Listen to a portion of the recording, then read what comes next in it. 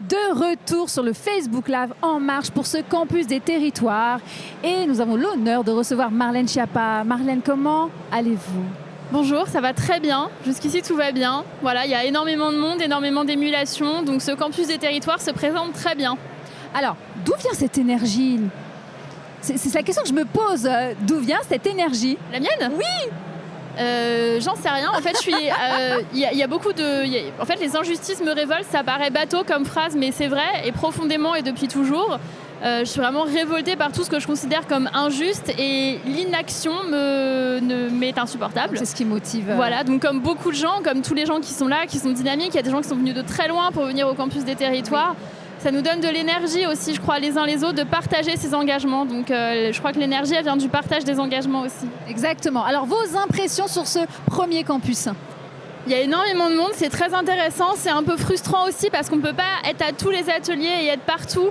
Mais tant mieux, c'est-à-dire qu'on a un problème de trop. Voilà, et là, je crois que ça ne se voit pas, mais on est au bord de l'eau. Il y a des tables, des gens qui parlent, qui discutent, des candidats à la candidature qui avancent, qui travaillent leur programme, qui échangent avec des ministres.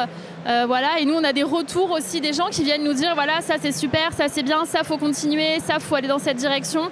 Donc c'est vraiment une occasion unique. Et puis on peut croiser Stanislas Guerini, oui. c'est pas mal.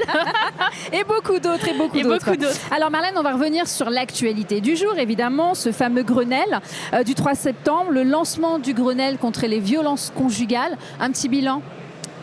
Alors là, il est trop tôt pour dresser un bilan, mais en tout cas, ce que je voudrais dire, c'est que ce Grenelle des violences conjugales, on le fait avant tout pour les femmes qui sont victimes de violences conjugales en ce moment même. J'ai fait des portes ouvertes dans lesquelles j'ai reçu à mon ministère des familles de victimes de féminicide, et c'est un moment vraiment poignant parce qu'on a face à nous des gens dont la fille, la sœur, l'amie a été assassinée par son mari, alors que parfois, très souvent, elles avaient déjà appelé à l'aide. Certaines avaient porté plainte plusieurs fois et ça pour nous c'est inacceptable. Donc pour la première fois à Matignon sous l'égide d'un Premier ministre, c'est Édouard Philippe, ce Premier ministre, tout le gouvernement s'est mobilisé. Je crois que cet engagement du Premier ministre et du gouvernement il était fort, et le fait que le matin le président de la République soit allé lui-même au 3919 mettre un casque et écouter ces femmes, c'est aussi quelque chose d'inédit. Donc maintenant, il y a des groupes de travail jusqu'au 25 novembre. Il va falloir qu'on aille encore plus loin dans les annonces qu'on va construire collectivement. Il faut que tout le monde y prenne sa part. Alors justement, par rapport à ces groupes de travail, comment peut-on participer ? Y aura-t-il des déclinaisons locales ? On peut participer très simplement en adressant un mail à grenelle@pm.gouv.fr. Je construis ces groupes de travail à partir du début de la semaine prochaine avec notamment Brigitte Grésy, la présidente du Haut Conseil à l'égalité femmes-hommes. C'est une institution qui va suivre et évaluer les politiques publiques mises en œuvre dans ce Grenelle de façon autonome et indépendante. C'est hyper important. Oui. Et je serai aussi avec Ernestine Renet et Édouard Durand, qui sont deux personnes extrêmement reconnues dans leur travail, des experts qui ont proposé généreusement de mettre leur expertise au service du bien commun. Donc on va avancer ensemble, et tous ces groupes sur la santé, la collaboration 115 39 19, la justice, les suicides forcés, parce qu'on en parle peu, mais il y a aussi des femmes qui se suicident pour échapper aux violences conjugales. En fait, on veut sortir toute la poussière qui était sous le tapis et on veut vraiment lever les tabous et avancer de façon drastique sur ces sujets primordiaux. Il y a des vies de femmes qui sont en jeu, et au bout, c'est de ça dont on parle en fait. C'est pas juste un sujet politique éthéré, ce sont juste 140 à 150 vies de femmes par an. Il y a tellement un travail de fond. Pour le coup. Il y a un travail énorme à mener. Les violences conjugales, elles existent, nous disent les anthropologues et les historiens, depuis l'Antiquité.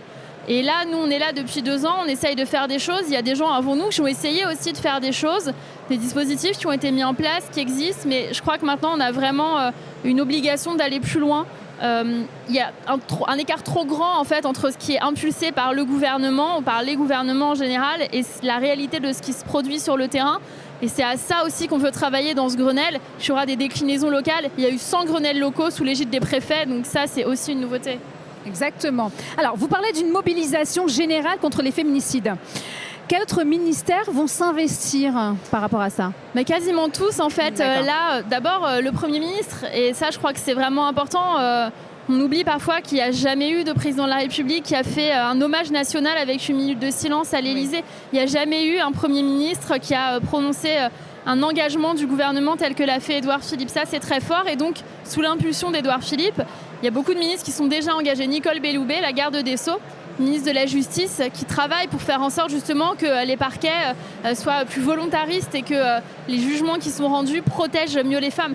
Christophe Castaner, le ministre de l'Intérieur, est très engagé. Il a donné des consignes claires aux policiers. Il a lancé un audit aux policiers et aux gendarmes. Il a lancé un audit dans 400 commissariats et gendarmeries. Il va y avoir un audit à l'aveugle pour savoir quels sont un peu les parcours et quels sont les dysfonctionnements qu'on peut régler pour les femmes. Et puis on va travailler aussi avec la secrétaire d'État aux personnes handicapées parce que les femmes handicapées sont plus vulnérables face à ça. Avec le ministre du Logement pour les hébergements d'urgence, la ministre des Outre-mer pour un Grenelle spécial Outre-mer que nous ferons d'ici le 25 novembre. Je pourrais vous citer comme ça tous les ministres. Il y a tellement de thématiques dans Exactement, c'est un sujet interministériel profondément. Exactement. Alors, vous, en tant que femme, sur votre engagement politique, d'où c'est venu? Quel est le moment où vous dites « Non, j'y vais ». Là, j'y vais. Très tôt, parce que mes parents étaient engagés politiquement. Et à 18 ans, j'étais candidate au municipal sur une petite liste associative qui a fait 2%, je crois. C'est déjà ça. C'est pas mal. Pour défendre les services publics, notamment les services de gynécologie, etc. Et puis ensuite, j'ai créé une association que j'ai présidée pendant 10 ans pour défendre les femmes et notamment les mères qui travaillent. Ça s'appelait Maman Travaille. Et en 2014, j'ai eu la chance de rencontrer le sénateur-maire du Mans, Jean-Claude Boulard. Je venais d'emménager au Mans, j'arrivais de Paris. Et il m'a proposé de rejoindre sa liste et de défendre les questions d'égalité femmes-hommes, de lutte contre les discriminations.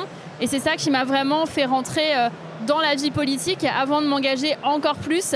Parce que jusque-là, je n'étais pas dans un parti politique, j'étais dans la société civile. Oui. Aucun parti me donnait envie de m'engager. Et puis, quelqu'un qui s'appelle Emmanuel Macron a créé En Marche. Et là, je me suis dit, waouh, il y a enfin un parti politique qui comprend les gens, qui est concret et qui est fait pour moi, en fait. Exactement. Alors, par rapport à ces femmes, parce que c'est vrai qu'il y a beaucoup de femmes sur ces thématiques qui sont très engagées associativement. Ouais. Qu'est-ce qu'on peut leur dire pour leur faire comprendre que oui, il faut également s'engager dans la politique? Peut-être on aura plus de moyens pour faire changer certaines choses? Ça, c'est une vraie question parce qu'en fait, je ne sais pas si politiquement, on fait plus changer les choses que quand on est engagé dans des associations. C'est une question que je me pose très souvent.